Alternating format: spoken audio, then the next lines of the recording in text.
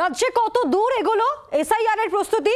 মুখ্য নির্বাচনী আধিকারিককে চিঠি দিয়ে জানতে চাইল জাতীয় নির্বাচন কমিশন। সূত্রের খবর, ভোটার তালিকায় নিবিড় সংশোধন সংক্রান্ত প্রস্তুতির যাবতীয় তথ্য কমিশনে পাঠিয়ে দিয়েছে সিইওর দফতর।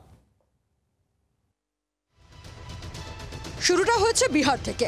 ধাপে ধাপে দেশ জুড়েই ভোটার তালিকায় স্পেশাল ইন্টেন্সিভ রিভিউ বা বিশেষ নিবিড় সংশোধন শুরু হবে বলে আগেই জানিয়েছে নির্বাচন কমিশন। এবার এ রাজ্যে এসআইআর এর পথে আরও এক ধাপ এগোলো নির্বাচন সদন। সূত্রের খবর, রাজ্যে এসআইআর এর প্রস্তুতি জানতে চেয়ে মুখ্য নির্বাচনী আধিকারিককে চিঠি দিয়েছে জাতীয় নির্বাচন কমিশন। ইতিমধ্যেই জেলা নির্বাচনী আধিকারিকদের থেকে সিইওর দফতরে তথ্য এসে পৌঁছেছে। এসআইআর এর প্রস্তুতি সংক্রান্ত যাবতীয় সেই তথ্য নির্বাচন সদনে পাঠিয়ে দিয়েছে সিইও দফতর। কমিশনের এই চিঠির খবরে ফের তরজায় জড়ালো রাজ্য রাজনীতির যুযুধান দুই শিবির।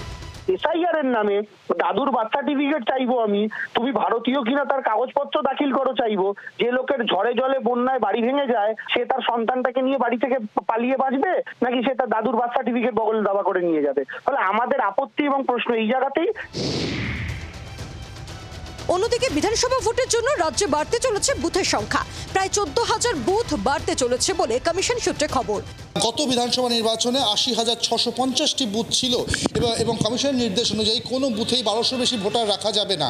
এবং তারপরেই এইবার সিদ্ধান্ত নেওয়া হয়েছে যে প্রায় 14,000-এর কাছাকাছি বুথ বাড়তে চলেছে, অর্থাৎ 94,000-এর বেশি বুথ হতে চলেছে আসন্ন বিধানসভা নির্বাচনে।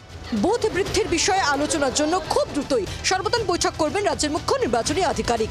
ক্যামেরায় দীপঙ্করের সঙ্গে অর্কদীপ্ত, রিপোর্ট জি 24 ঘন্টা। বাংলার আওয়াজ, বাঙালির আবেগ, জি 24 ঘন্টা।